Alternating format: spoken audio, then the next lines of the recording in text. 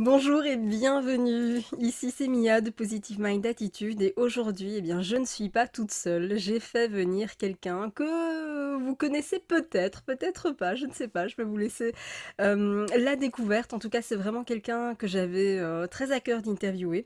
Pourquoi? Parce que le travail qu'elle propose, et je vais mettre elle au pluriel parce qu'elle n'est pas toute seule, est vraiment très très très qualitatif et ça me tenait vraiment à cœur. Et elle, c'est Marie de Jolie Mama. C'est l'une des fondatrices de cette entreprise. Salut Marie. Salut Mia.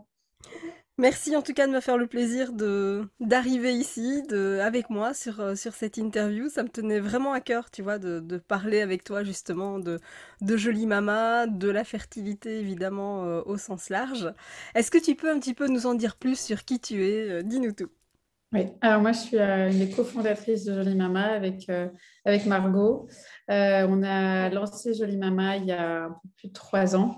En fait, l'idée, elle est arrivée quand j'étais aux US, quand je suis tombée enceinte de ma première fille après l'accouchement. Et c'était vraiment pour moi un gros chamboulement, mais je pense que comme toutes les mères, et j'étais un peu à une phase de ma carrière où j'avais envie. Évidemment, cette naissance m'a donné envie de faire autre chose, d'explorer autre chose.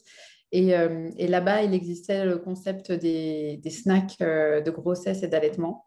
Je trouvais l'idée sympa. Toutes mes collègues en avaient. Et je me suis dit, tiens, il y a un truc à faire. Ça n'existe pas en Europe. Alors, les US, il y a beaucoup entre guillemets, de problèmes. Le congé maternité est très court, mais il y a quand même plus l'idée qu'il faut prendre soin de la mère, que le postpartum, c'est une période super importante. Et on était il y a presque 6 ans, ouais, 6 ans, j'étais à 5-6 ans déjà. Donc, c'était en avance sur nous, sur l'Europe. Et je me suis dit, tiens, est-ce que ce concept-là existe en Europe? Non, ça n'existe pas. Et j'avais vraiment envie voilà, de créer quelque chose pour aider les femmes. Donc, j'en ai parlé à Margot, qui était une amie de longue date. Et on a décidé de s'associer pour fonder Jolie Mama. Voilà, donc Jolie Mama, ça a commencé avec des snacks pour l'allaitement. Euh, L'idée, c'était vraiment d'aider la mère à avoir un snack qui soit bon, sain pour elle, réconfortant, qui apporte aussi beaucoup de nutriments.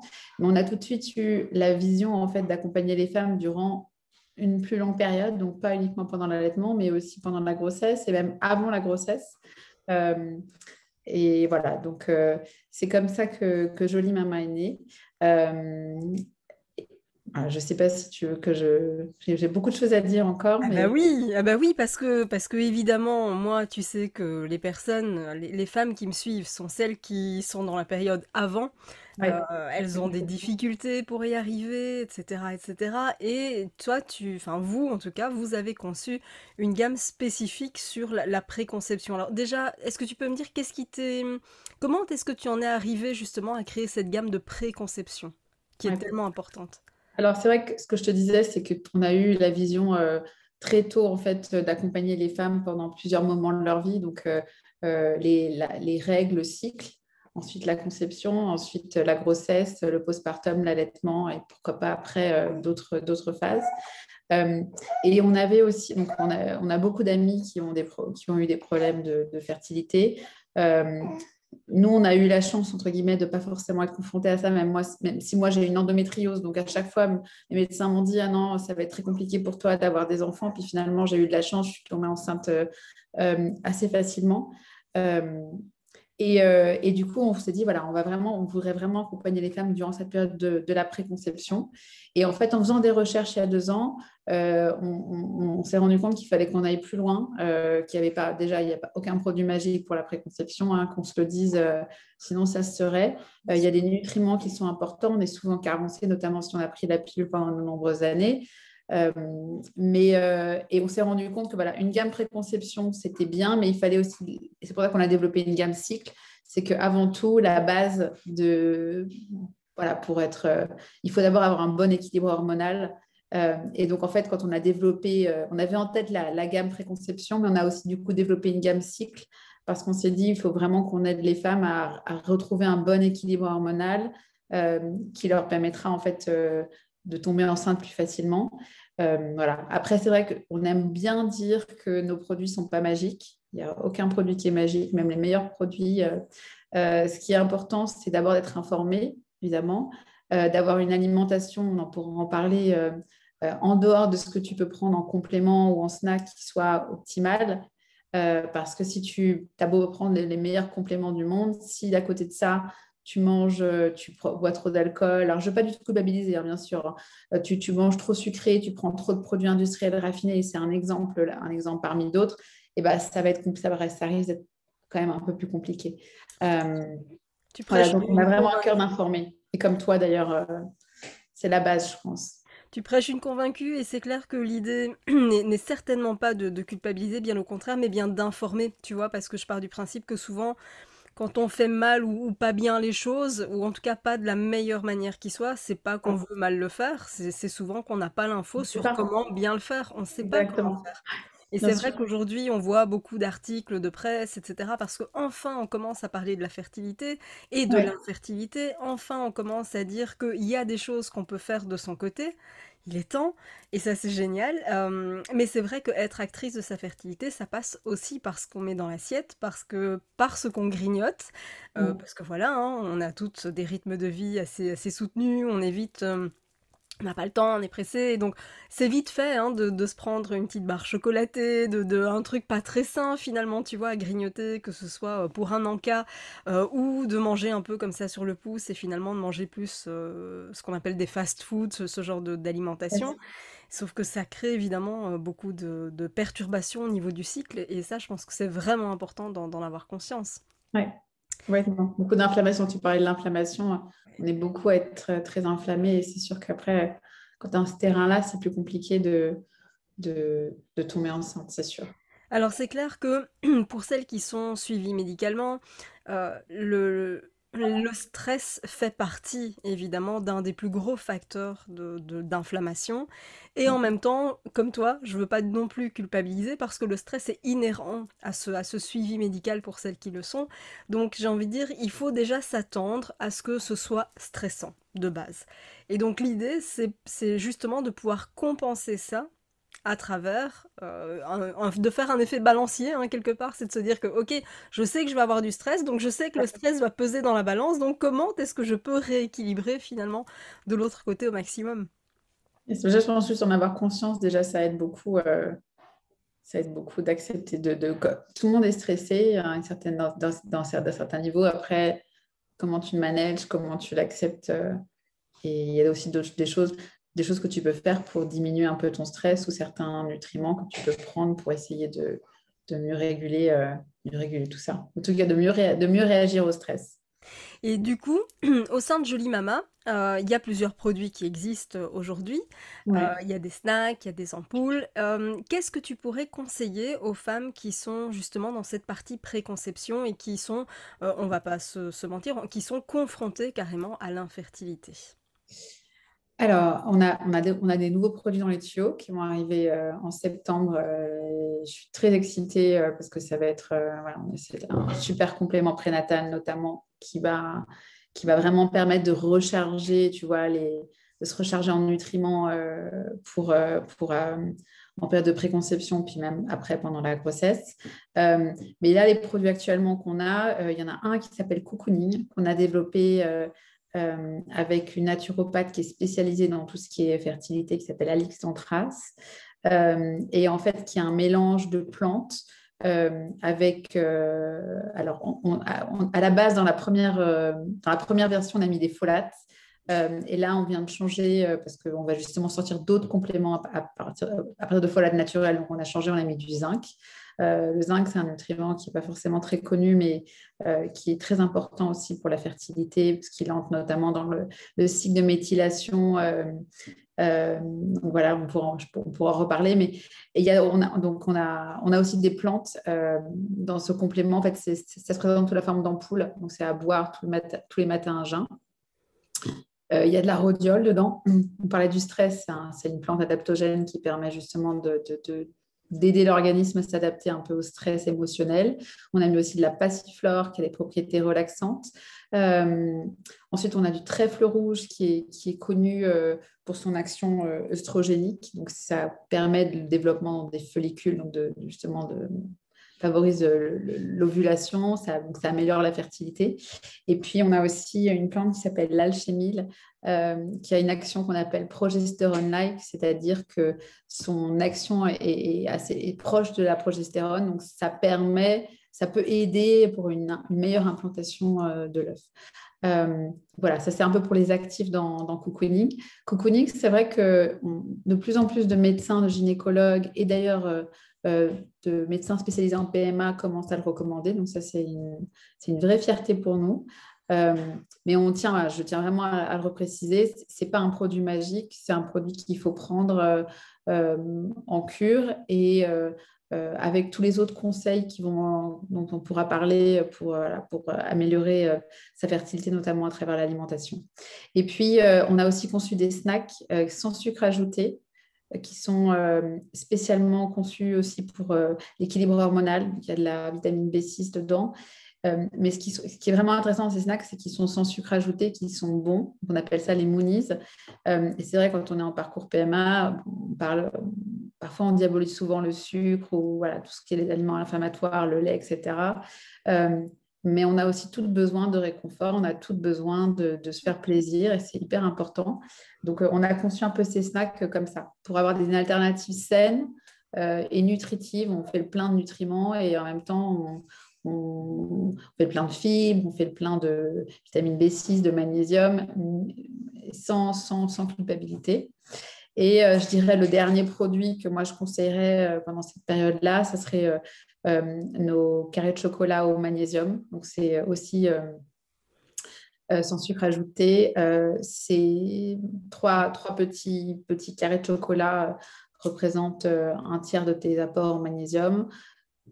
À prendre quand on veut, si on veut se faire un petit plaisir le soir. Voilà. Mais le magnésium, c'est aussi un nutriment très important. C'est bon pour le stress. Bon pour le stress. On parlait du cycle de méthylation plus tôt, c'est aussi un nutriment qui va avoir son importance, son rôle à jouer là-dedans. Donc voilà, je dirais que c'est les trois produits qui sont intéressants. Et après, on a aussi les autres ampoules sur le cycle qui peuvent aider, comme on a le Happy Cycle qui peut aussi aider en plus du cocooning en termes d'équilibre hormonal. Voilà. Mais c'est super intéressant. Donc, il y a le cocooning, il y a les Moonies voilà, et il y a le Happy Cycle. On est sur exactement. voilà, Ouais. les trois produits phares qui sont sur la préconception. Je te Yes. pose la question parce que, alors je préfère te la poser parce que je me dis, tiens, quand on est dans un parcours PMA, ben, Mhm. il est clair qu'on a des traitements à prendre. Bien sûr. Et puis j'imagine que elles vont se poser la question, hein, toi qui me regardes en ce moment, c'est peut-être une question que tu es en train de te poser. Est-ce que c'est compatible avec un traitement en PMA? Est-ce qu'il y a un risque d'interaction potentielle? Comment ça marche? Alors, effectivement, c'est une très bonne question. Donc, nous, on conseille d'éviter cocooning après un transfert d'embryon. On peut le prendre avant. Moi, je conseille de toute façon de toujours en parler à son équipe médicale parce que voilà, le trèfle rouge a une action oestrogénique, donc ça peut potentiellement interagir avec certains traitements de ménopause artificielle type Decaptil. Donc voilà. Après, on a des centres de PMA qui recommandent ce produit à leurs patientes. Donc, je dirais, il faut par principe, il faut en parler à son équipe médicale, à son médecin, à son gynécologue. Euh, et nous, on le conseille d'éviter après le transfert d'embryon. Mais voilà, en tout cas, tant que vous n'êtes pas tant que vous n'êtes pas en transfert, je pense que c'est OK d'en prendre pour préparer les choses. Génial. Ouais, je te pose la question, tu vois, parce que c'est vrai que, alors ça tombe bien, hein, parce que on est bien d'accord là-dessus. Quand vous prenez quelque chose, peu importe ce que c'est, Oui, ne toujours. jouez pas aux apprentis sorciers, d'accord? On en parle à son équipe médicale parce que peu importe ce que c'est, ça, il pourrait y avoir effectivement une interaction avec les traitements. Donc, on joue pas les apprentis sorciers, on en parle à son équipe médicale, j'entends. Mais à côté de ça, c'est vrai que finalement, le traitement en tant que tel de la PMA, c'est sur un laps de temps assez court. Et on est d'accord que ce soit au niveau alimentaire, que ce soit au niveau complément, c'est avant que ça se prépare. C'est un Yes, peu comme un marathon, c'est pas au moment où exactement. on est dans le marathon qu'on commence à s'entraîner. Je Exactement. compare souvent hein, la PMA, tu vois, je dis toujours c'est pas un sprint, c'est vraiment un marathon. Et pour ça, bah, ça se prépare finalement un marathon. Yes. Et ouais, complètement. La phase de préparation est hyper importante. Et d'ailleurs, juste pour ajouter sur la compatibilité, je dirais que le Happy Cycle, qui est plus pour l'équilibre hormonal, ça, pour moi, c'est à éviter pendant la PMA. C'est un effet détox, donc ça pourrait un peu modifier la façon dont on métabolise les hormones et les divers médicaments. Euh, et puis, comme il y a du gâtillier dedans aussi, ça peut avoir un effet additif en fait sur les traitements. Donc, Tout à fait. je dirais en post-PMA, c'est parfait pour se remettre de traitement s'il n'y a pas eu de grossesse malheureusement, ou en amont, comme tu disais. C'est vraiment un super complément, mais plutôt pas pendant la période de PMA. Oui, voilà, je préfère qu'on en parle hein, et qu'on évite Oui. des interactions ou quoi que ce soit. Je préfère en discuter, mais en tout cas, clairement, quand on est en pause PMA, en amont évidemment, parce que c'est vraiment en amont que ça se travaille. Hein. Moi, je conseille toujours de s'y prendre entre 2 et 3 mois en amont, puisque c'est quand même le temps qu'il faut à l'organisme pour se régénérer. Yes. Et puis bah, tu le disais, voilà, quel que soit d'ailleurs ce que vous prenez, c'est pas avec un comprimé ou un snack ou une chose que ça règle tout, évidemment. C'est la répétition, c'est l'équilibre, et donc ça se travaille évidemment sur du plus long terme parce que le corps a besoin de temps pour ça, pour l'assimiler. D'ailleurs, Donc, enfin, nos pardon, l'ovule mettent 3 mois oui, pour se construire. Donc, ouais, c'est au moins sur 3 mois que les choses se jouent. Mais après, ce qui est positif aussi, c'est que ça peut paraître long, 3 mois, mais on a beaucoup d'impact finalement. En 3 mois, on peut faire beaucoup de choses. Donc, faut pas vous décourager. Il y a beaucoup de choses qui peuvent se passer en 3 mois. ah, il y a énormément de choses qui peuvent effectivement changer en 3 mois et tu fais bien de le préciser.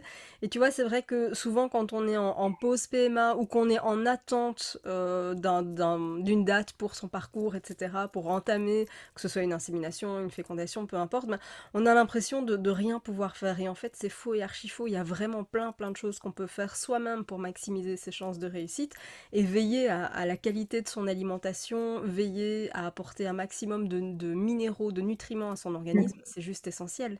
Yes, yes, yes, Et yes. qu'est-ce que toi, justement, tu conseillerais aux personnes qui sont confrontées à l'infertilité et qui sont peut-être en attente, tu vois, parce qu'en plus, on va pas se mentir, à l'heure où on enregistre cette vidéo, on approche de la période estivale. La Ouais. majorité des centres PMA ferment aussi l'été. Et donc, qu'est-ce que toi, tu conseillerais aux femmes qui sont dans cette attente? Euh, eh ben, alors si vous pouvez, moi je conseille toujours de se faire accompagner aussi par un spécialiste. Alors ça peut être une nutrithérapeute, une naturopathe qui peut compléter un peu l'approche d'un gynécologue ou voilà, de votre centre de PMA. Euh, Se faire plaisir aussi en mangeant. Je pense qu'il faut retrouver le goût de cuisiner euh, on a beaucoup d'articles sur notre site sur la conception. Donc moi, je vous conseille pardon, de, de, de lire ces articles ou sur d'autres sites. Hein. On n'est pas les seules sources de conseils. Et toi, je suis sûre que tu en fais beaucoup aussi. Euh, Ensuite, en termes d'alimentation, parce que c'est le cœur de notre approche, je dirais ne pas oublier le papa. Ou, voilà, c'est... N'oubliez pas votre partenaire. Il compte aussi Après, ça dépend de votre parcours de PMA, mais voilà, c'est aussi important de ne pas oublier votre partenaire.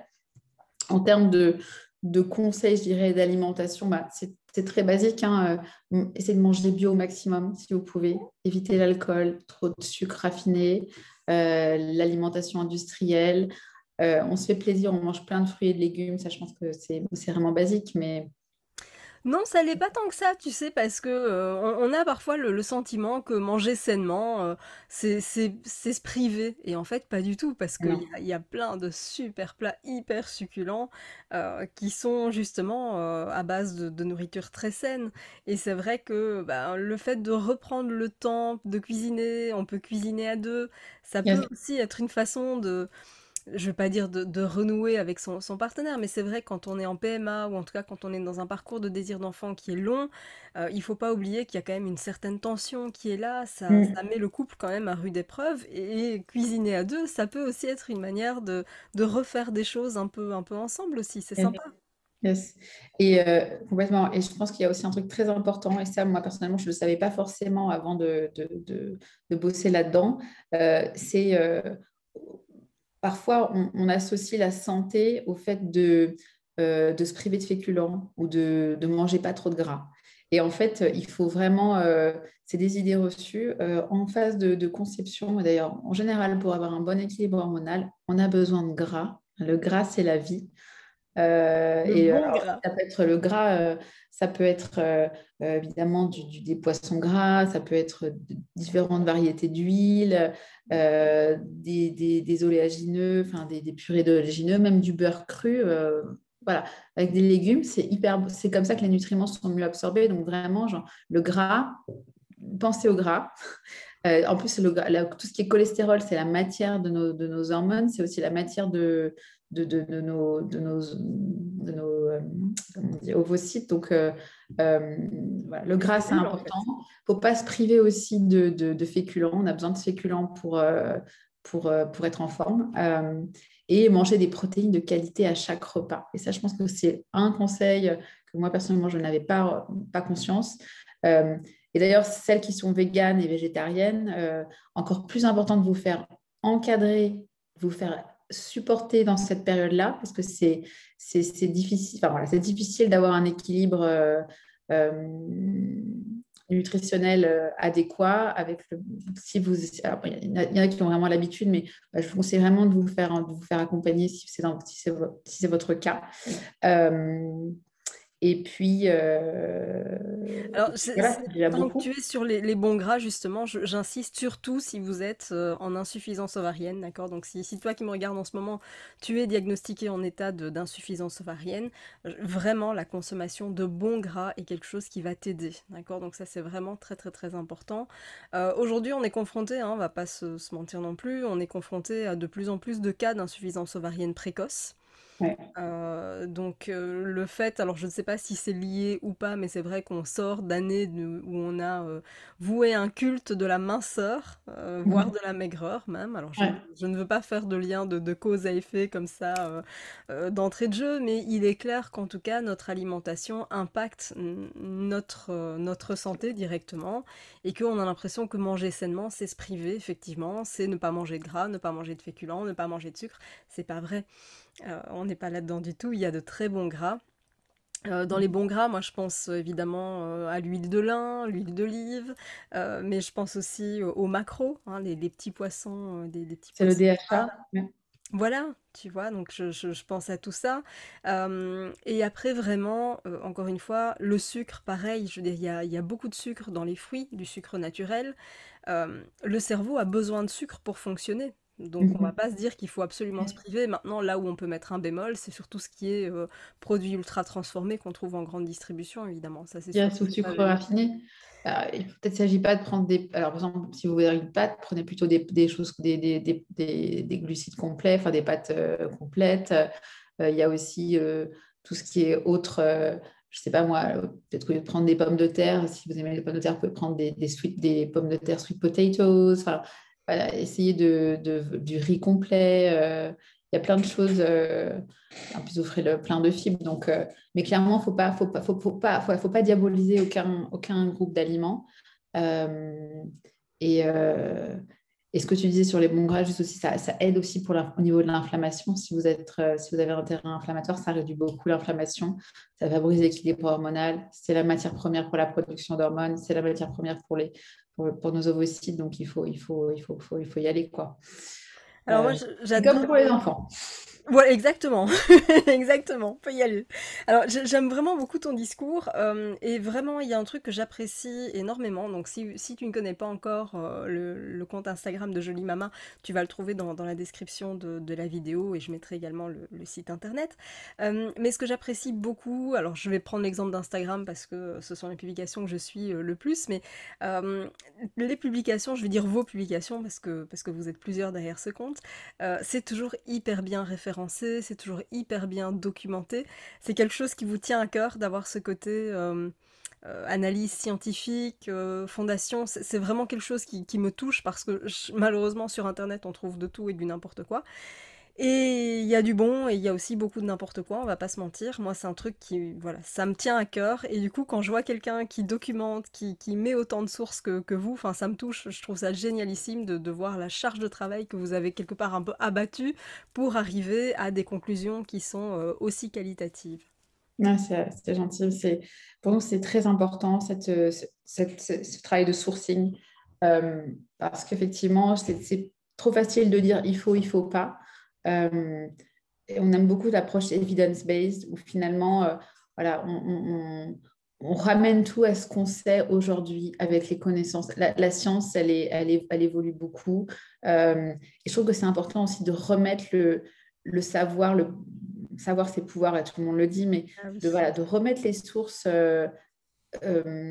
disponibles pour les femmes. Les femmes, il y a beaucoup de personnes, quand on a commencé à faire ça, qui nous ont dit, mais personne, ça intéresse personne d'avoir les sources, ça intéresse personne de connaître les études scientifiques.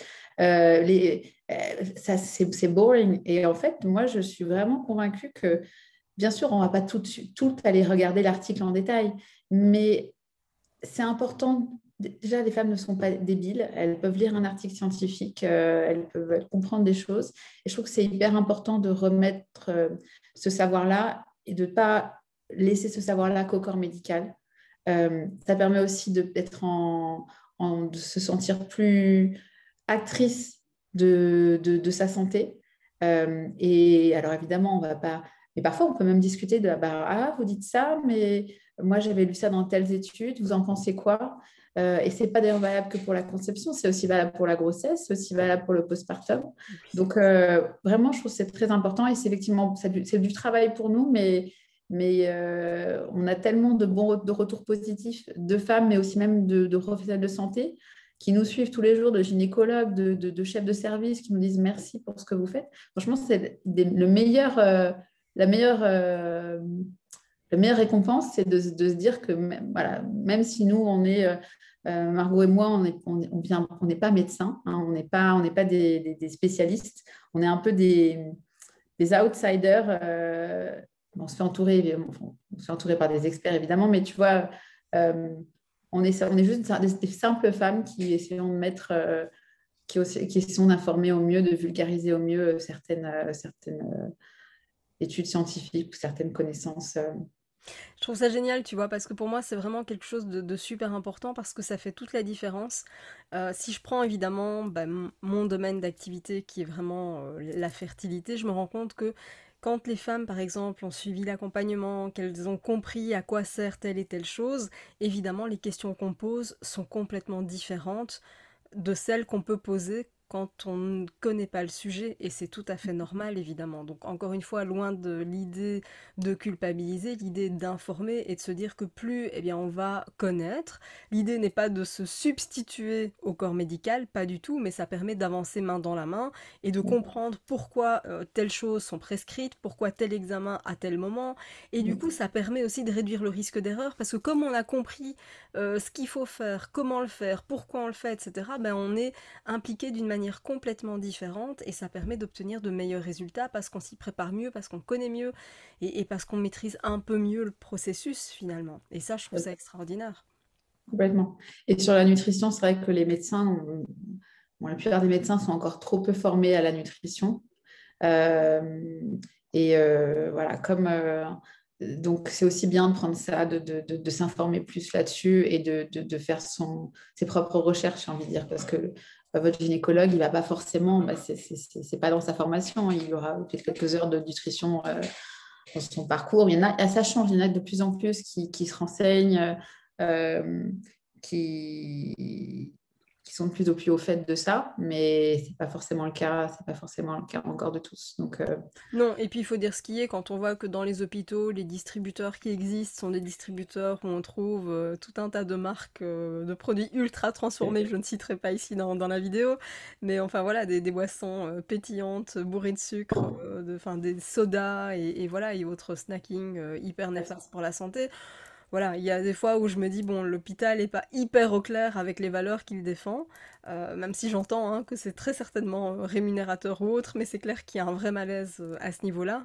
Et quand je vois qu'en plein milieu du couloir du centre de PMA, il y a un distributeur comme ça, enfin moi ça me... Voilà, je me dis non, c'est pas possible, quoi. Donc bon, ok. En tout cas, évidemment, complètement. l'hôpital et le médecin sont deux choses bien différentes, et le médecin n'a pas la main mise sur les distributeurs qui se trouvent dans les couloirs de la clinique. Mais toujours est-il que c'est clair que chacun a son métier, et donc le médecin n'est peut-être pas formé lui-même par rapport à tout ce qui est alimentation, mais il y a toujours d'autres possibilités, c'est de se renseigner et de se faire accompagner par des personnes compétentes. Et ça me paraît vraiment être plus qu'essentiel pour maximiser ses chances de réussite dans le parcours. Yes. Et tu me demandais aussi si, peut-être un dernier conseil en termes de préconception, faire le plein de vitamine B9 avant la grossesse, c'est vraiment important parce que pour plein de raisons, pour éviter notamment les malformations du tube neural en début de grossesse et parce que bon, et puis il y a aussi d'autres choses, mais vos apports en vitamine B9 sont plus ou moins dépendants d'une période un peu plus longue. Donc, il ne suffit pas juste de commencer la vitamine B9 quand on sait qu'on est enceinte. Voilà, c'est mieux de le faire quelques mois avant, d'autant plus que si vous avez pris la pilule pendant de longues années, vous êtes sûrement carencé dans un bon nombre de nutriments. Et ça peut valoir aussi le coup de demander à votre médecin de faire un petit check. Bon, j'imagine que c'est le cas, mais de faire un petit check pour voir où vous en êtes sur certains nutriments et de supplémenter le cas échéant. Alors Voilà, tu je fais dirais bien prendre de... Mais tu fais bien d'en parler parce que justement par rapport à cette vitamine B9 et d'ailleurs par rapport aux compléments qu'on peut trouver aussi dans certaines pharmacies, j'avoue que quand je vois la composition, voilà, j'en tomberais presque de ma chaise, même si je sais, mais quand on voit que certains compléments qui sont vendus en pharmacie, qui sont adaptés aux femmes enceintes, contiennent des nanoparticules qui sont cancérigènes, contiennent du dioxyde de titane, enfin des fois ça contient des trucs où on se dit mais c'est juste pas possible quoi. Sans parler même du fait que par rapport à la vitamine B9, il y a une mutation de gène qui s'appelle la mutation du gène MTHFR, qui ouais. concerne quand même énormément de personnes qui sont confrontées à l'infertilité, hein. On parle quand même de plus de 80%, 84% d'ailleurs si ma mémoire est bonne. Donc c'est quand même énorme et c'est vrai que cette mutation du gène MTHFR, eh bien, elle empêche en gros l'absorption de cette B9. Et donc ça veut dire quoi? Ça veut dire que s'il y a une mutation de ce gène MTHFR, qui n'est d'ailleurs quasiment jamais faite, alors qu'on pourrait très facilement le détecter par une simple prise de sang, mais c'est très rarement fait, de base en tout cas, et c'est vrai que comme ça empêche l'assimilation, bah, ça veut dire que le complément qu'on prend à la pharmacie, bah, finalement, il va à la poubelle parce qu'il n'est pas absorbé par l'organisme. D'où l'importance de cette méthylation dont tu parlais tout à l'heure. D'où Ouais. l'importance du zinc. Tu as parlé du zinc aussi tout à l'heure. Ouais, il y a tous les cofacteurs ouais, complètement. Tu vois, et donc c'est vraiment important de vous assurer de prendre des produits de qualité, de regarder la composition de ce que vous achetez, que ce soit à la pharmacie, que ce soit n'importe où. J'ai envie de dire malheureusement, même si c'est prescrit par le médecin, parce que quand on voit que certains voilà, traitements contiennent des nanoparticules, posez-vous les bonnes questions quand vous voyez ça. Donc c'est intéressant de se dire qu'aujourd'hui, il y a d'autres alternatives à ce qu'on ne peut trouver qu'en pharmacie. Aujourd'hui, ça existe. Ouais, ouais, il y a plusieurs choses à regarder. On privilégie toujours une forme de folate méthylée. Donc, l'acide folique, effectivement, tout le monde ne peut pas. Et donc, il y a plusieurs mutations du gène MTHFR. MTHF, pardon. Donc, il y en a qui ne peuvent pas vraiment méthyler, d'autres qui ont plus de difficultés, mais on privilégie donc du coup effectivement une forme méthylée, donc ce qu'on appelle le méthylfolate, et donc plutôt pas de l'acide folique. Ensuite, dans tout ce qui est... il y a aussi d'autres vitamines comme la vitamine B6 et la vitamine B12, où pareil, il y a des formes qui sont actives, donc qui sont aussi méthylées, qu'il faudra privilégier. Euh, et puis, tout ce qui est magnésium, par exemple, je vois parfois des compléments avec du magnésium naturel, alias magnésium marin. En fait, ça, c'est de l'oxyde de magnésium, c'est pas du tout bien absorbé. Voilà, dans les compléments, il y a un peu à prendre ou à laisser. Alors, évidemment, il y a ceux qui sont avec plein de choses pas bonnes du tout dedans, mais il faut aussi se méfier des compléments qui sont naturels, entre guillemets. Les compléments naturels, malheureusement, ça a aussi ses limites. Il y a des... C'est pas forcément très très bien dosé. Ce que je disais sur le magnésium naturel, bah, c'est de la roche en fait. Donc personne va aller se manger de la roche. Hein. Faut faire des choses. Un petit bout de caillou. Euh, voilà, donc faire attention à la forme de la vitamine B12, et faire attention à la forme de la vitamine B6 et B9. Et puis voilà, je crois que c'est à peu près tout. Euh, mais c'est vrai que c'est une acide folique, en tout cas, acide folique, folate, c'est quelque chose qui est de plus en plus abordé et tant mieux. Euh, Il mais était pourquoi temps. est-ce que tout le monde met de l'acide folique? C'est parce que l'acide folique, c'est pas cher et parce que c'est très stable. Donc, c'est idéal pour les compléments alimentaires.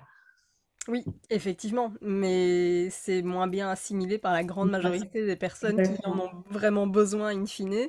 Yes. Donc oui, c'est vrai que c'est plus facile pour les fabricants, mais c'est vraiment, vraiment, vraiment moins qualitatif pour vous. Donc voilà, faites le bon choix par rapport à ça.